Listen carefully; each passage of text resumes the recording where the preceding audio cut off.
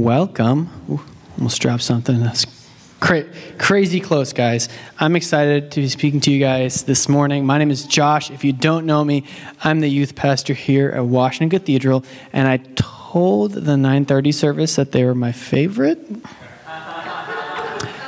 So here's the reason. They laugh at my jokes. And so, but looking out there at you guys today and looking at you guys in the future through the YouTubes, I think we can do better.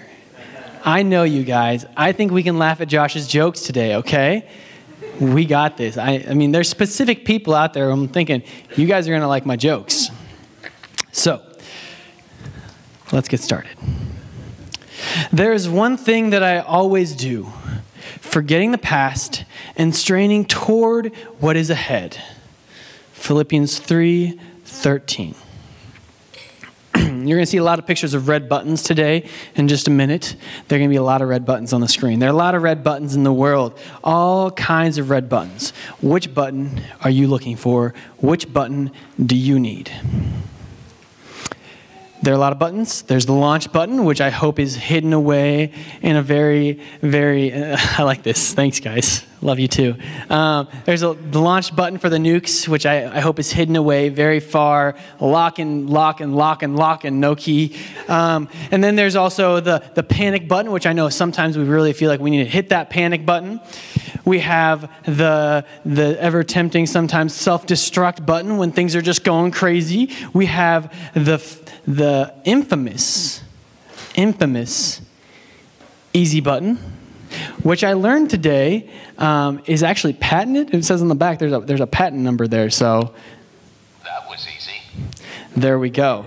And then there's the one that I've never actually used before, but it's always at every gas station, the fuel shutoff button. Like in case of emergency, press the button. I kind of want to do that one day and just drive off, but I don't recommend it. Don't do it. I won't do it if you don't do it. There's the one that sets off the confetti cannon.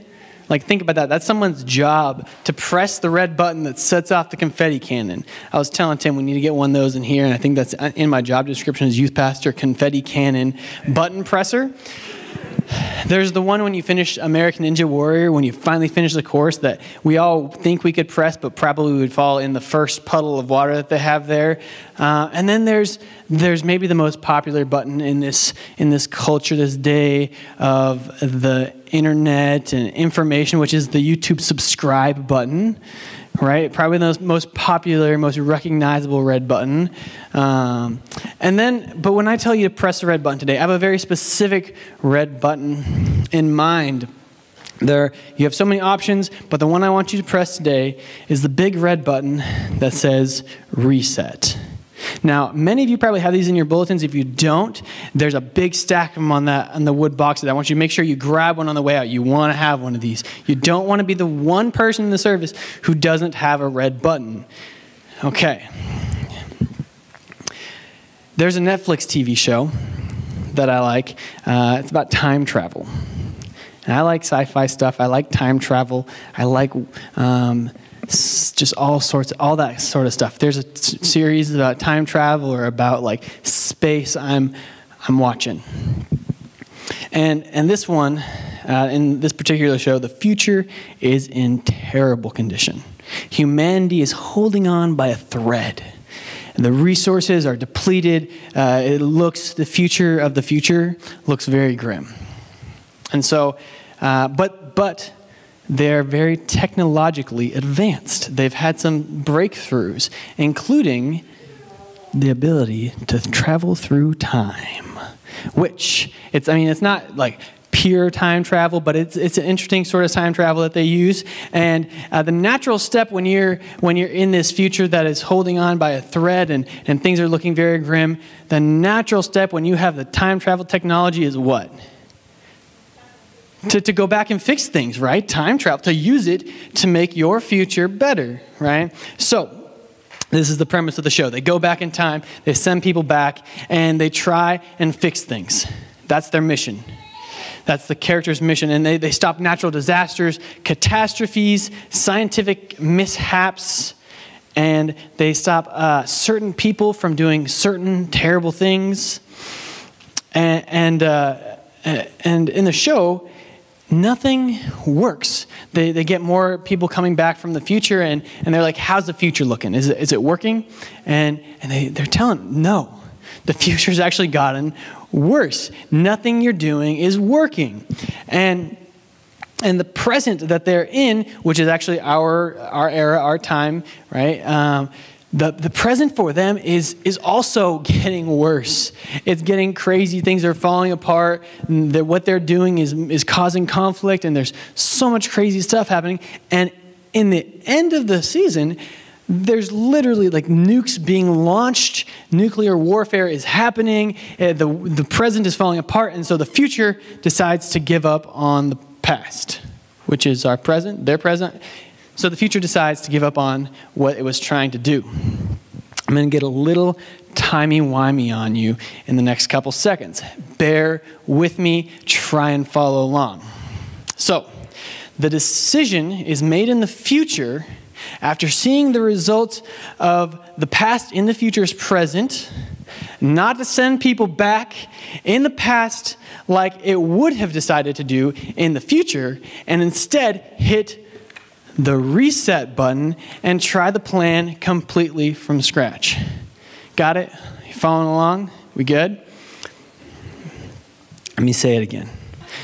After 3 seasons of craziness, the future decides not to do the stuff in the past that it would decide in the future to do, and instead in the future to do different things in the past. Okay. Now that we're all following along with the timey-wimey stuff, this basically means, as a viewer of the show, the 3 seasons that I finally just finished watching, in the reality of that show, the 3 seasons never happened. Right? It never happened. At the end of the show, the future's like, reset. We're going to start from scratch. And I went online after I finished watching. I went online to see if there's a 4th season. I'm like, what is going to happen? What's going on now? And I was reading what some people were saying about it. Some people commented that they were really frustrated. All of the character development, all of the people that they've gotten to know, the storylines that they've struggled through, they don't come to a resolution. Instead, they just disappear. And they never happened. And then there are some people who commented that this opens up countless possibilities. The writers, the directors, they could go pretty much anywhere, do pretty much anything. The same cast, a different cast, same location, different location. Maybe they go back even further into time and they go to like the 70s or something. I don't know. Possibilities are endless. Actually, given the technology that they use for time travel, I don't think they could go back to the 70s, but that's not important. But they could do almost anything, which is pretty cool, right? And so today, for you, what hitting the reset button, what it means is that, minus the time travel, because we don't have the technology yet. Other service laughed at that. Okay. You're working on it, though. You're getting there. When we hit the reset button, which I'm going to do a lot to make sure you're awake, you have infinite possibilities in front of you. The past sins, mistakes, failures, they don't get to decide your future. 2018 doesn't decide 2019. 2017, 2016, 1999 doesn't decide 2019. The decisions you made, the things that happened to you, cease to decide your future.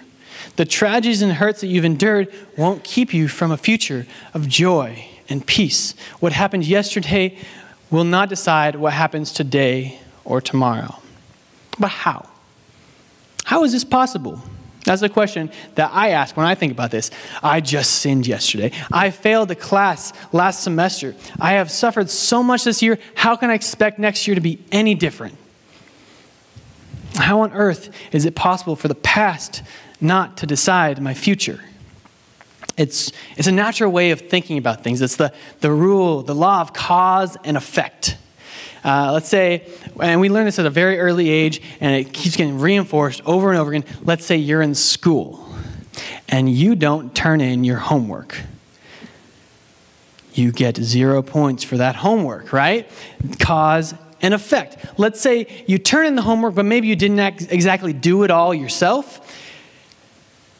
When the test comes, I don't understand the concepts, and so I get a worse grade on the test. My grades suffer. Cause and effect. The natural way that things work, it makes sense to us. So when we say reset, what happened will not cause and affect the future. It does not write the future.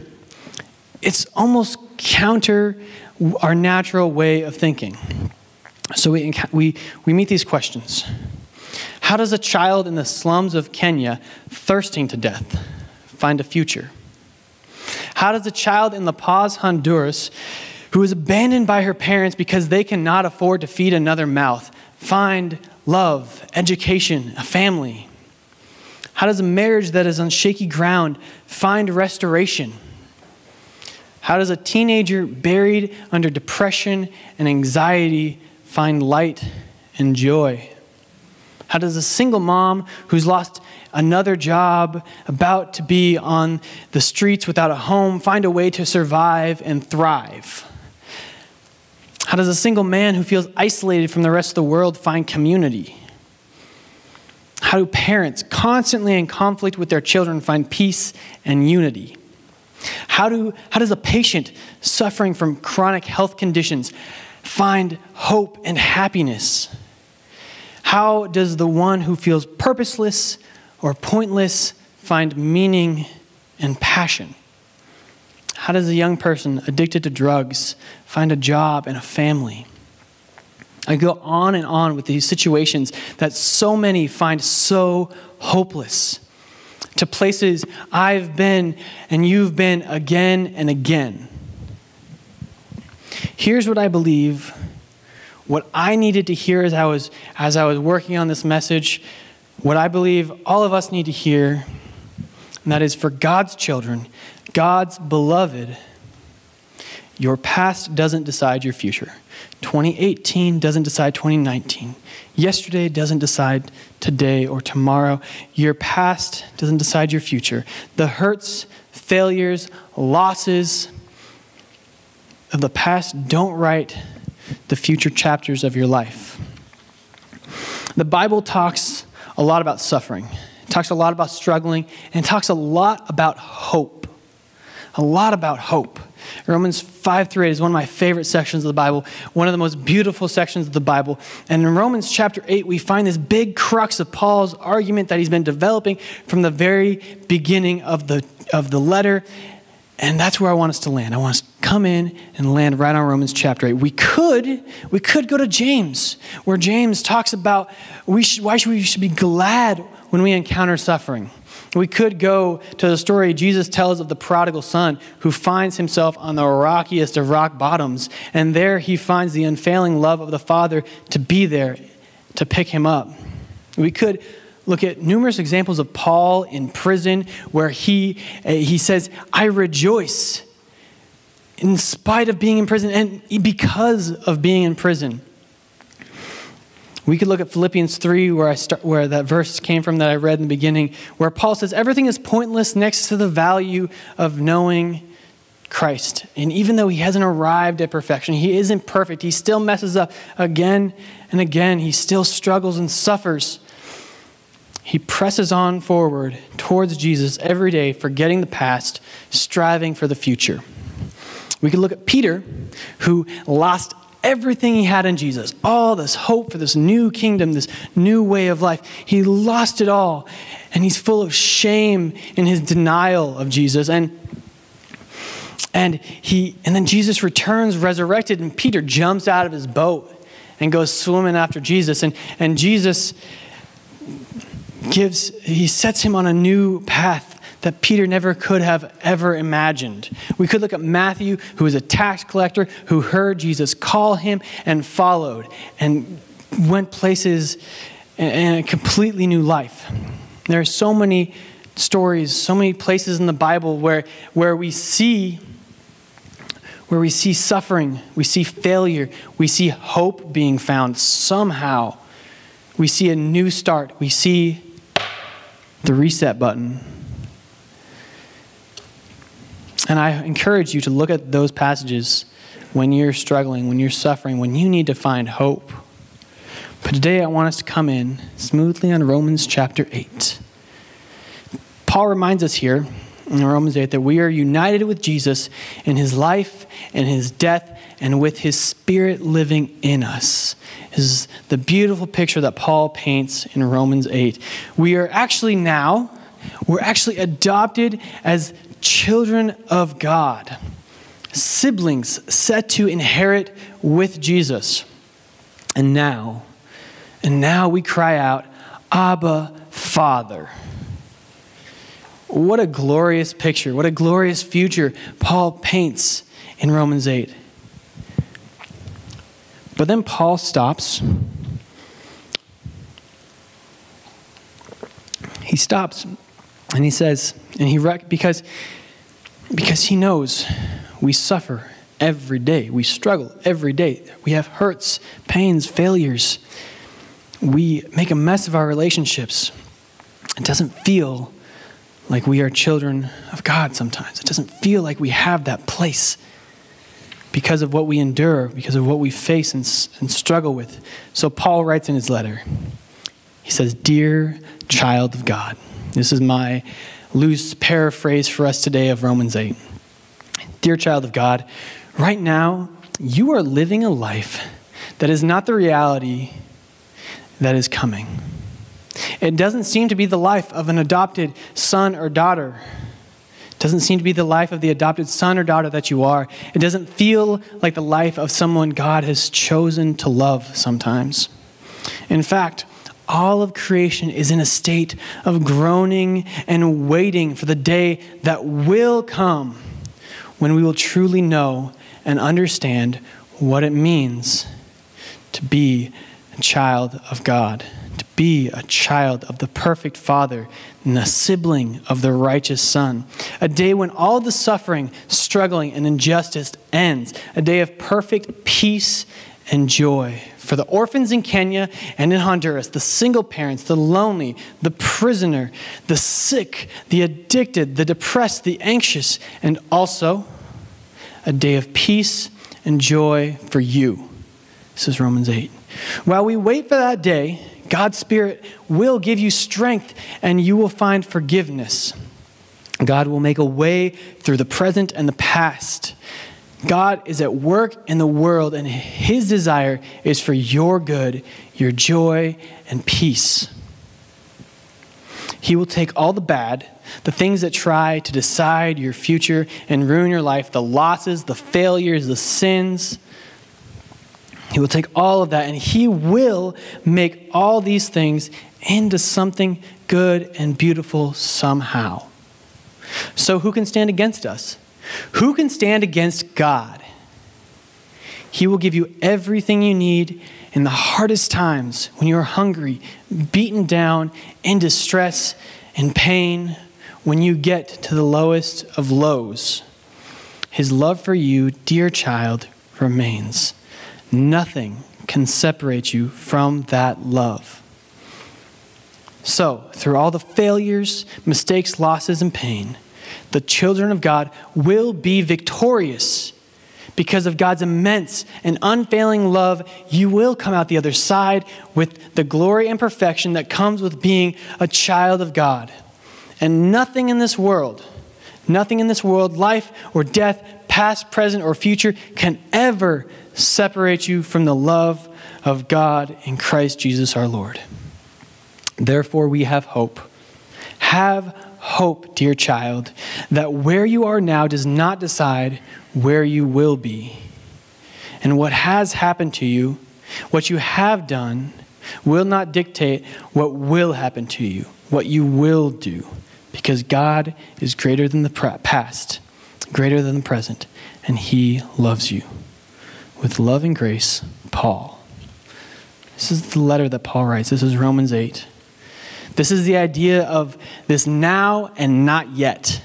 We are now God's children, dearly loved children, and Jesus is my brother from another mother. But we don't know what that means yet.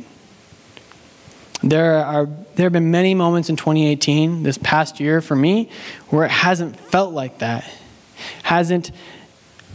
And I don't feel like that now. There are things that keep happening to me, things that I keep struggling with, where it doesn't feel like if I was truly a child of God, this is what it would feel like. This is what it would be like. We don't know it yet.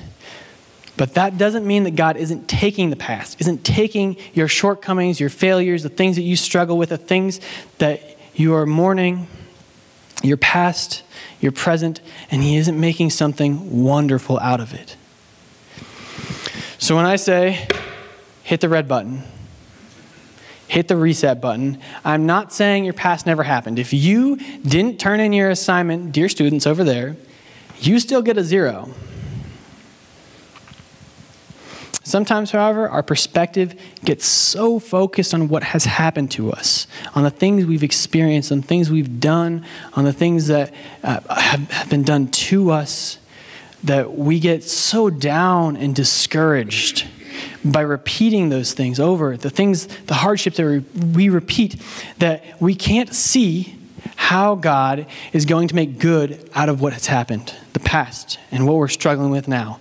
And we lose hope. Hope, ever important hope. And in our heads, we begin to write what our future will look like. We begin to decide before it's happened. We begin to envision the ways we're going. We begin to envision how these things that have happened to us will define what is going to be our future. And sometimes we need a reset. We need to reset our lives. We need to decide to start fresh, to try again, to have hope, even when hoping is dangerous, because it seems like almost a guarantee that that hope will be let down, that we will encounter this again, we will be hurt again. But we have hope because God is greater and nothing can separate us from his love and what he is doing in our world and in our lives. Things that we cannot begin to imagine or comprehend. A new year is a perfect time for this, right? It's perfect time to hit that red button. Perfect time to release the confetti and hit reset. Everyone else is making resolutions to be a better person, to break a habit, to form a habit. And maybe this year you want to fix that one final flaw that you have left in yourself. Maybe that's your new year, you're heading in. You're ready to go. 2019, fix the flaw. Maybe it's that one sin that you just can't shake and you keep struggling with over and over again. 2019 is the year to let that go, to set that aside. Maybe you want to become closer with Jesus and know him more. And that is your 2019.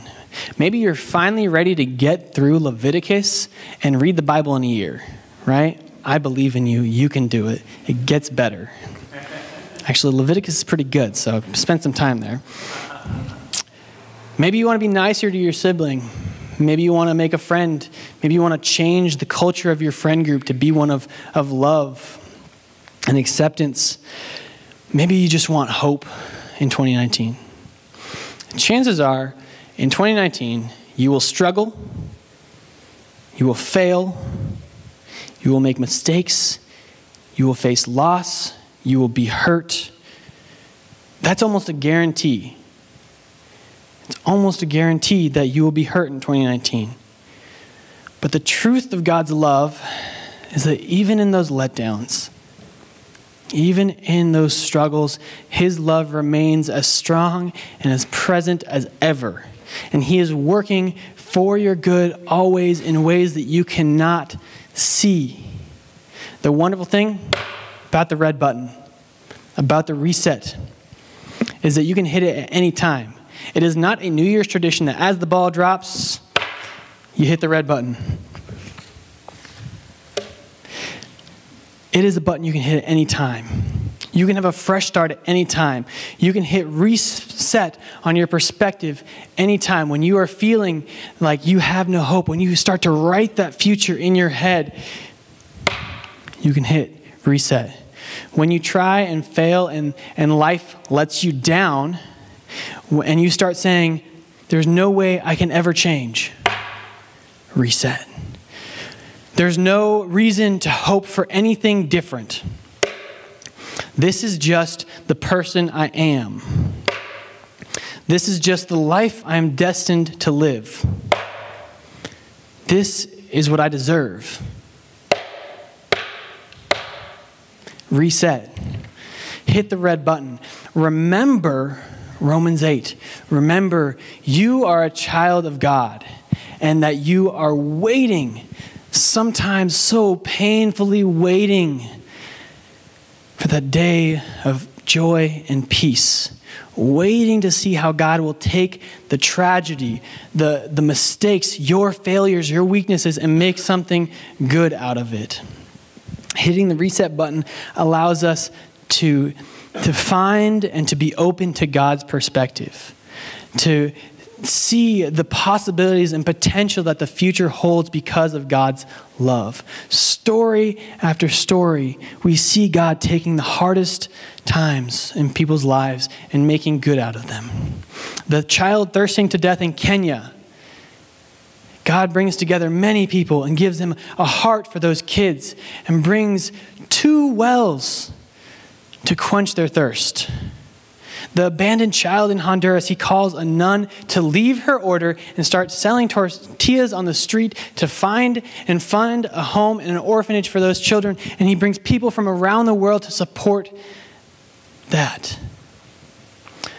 The addict who has lost it all, he brings recovery and a new life. To the anxious and depressed, he holds their hands and he guides them to a place where they can live again and find joy.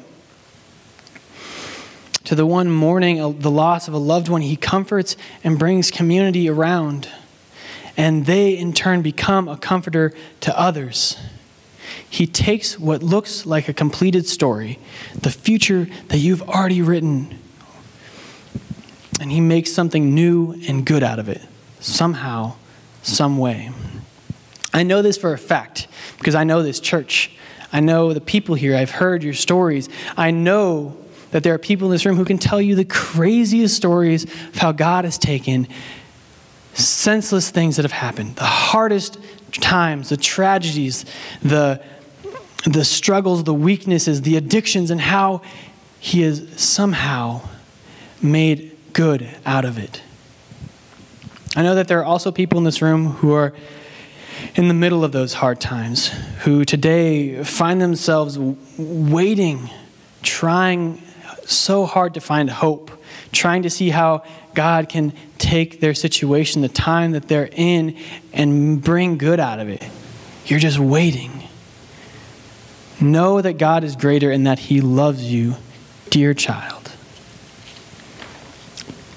So today, as we get ready for 2019, a year full of possibilities, both good and bad, hit reset. Find God's perspective and recall his love for you, young people in the room and in the YouTubes in the future. Know that every day is an opportunity. Students who are about to finish a semester, know that good or bad, it is never the end of a story. I can't tell you how many times I've had a student come to me or a parent come to me and say, about to fail a class. My GPA is terrible. I have so many assignments. This test right here is the one that will decide if I pass. Good or bad, it's not the end of the story. College students, about to go back to school. This is a time of newness and excitement for a fresh start, a new semester with new possibilities. Couples, God is in the business of relationships, of healing the hurts that we afflict and that we are afflicted by. Parents, God is bigger than any parenting choice you make, truly. To you, young or old, no matter where you are in your story, no matter what place you find yourself in today, the best is still coming. The story is not finished. God is still at work somehow, some way. So, today, you have a red button. If you don't have one, don't forget to pick one up. You have a red button to take home, to put it somewhere where you can see it, where you will have a visual reminder of hitting the reset button. when you need it, when you find yourself writing the story, when you find yourself in need of hope, when you find yourself not knowing or not trusting what the future has, reset. I think now is the time I give the mic to Jackie, and she's going to lead us in a special prayer time.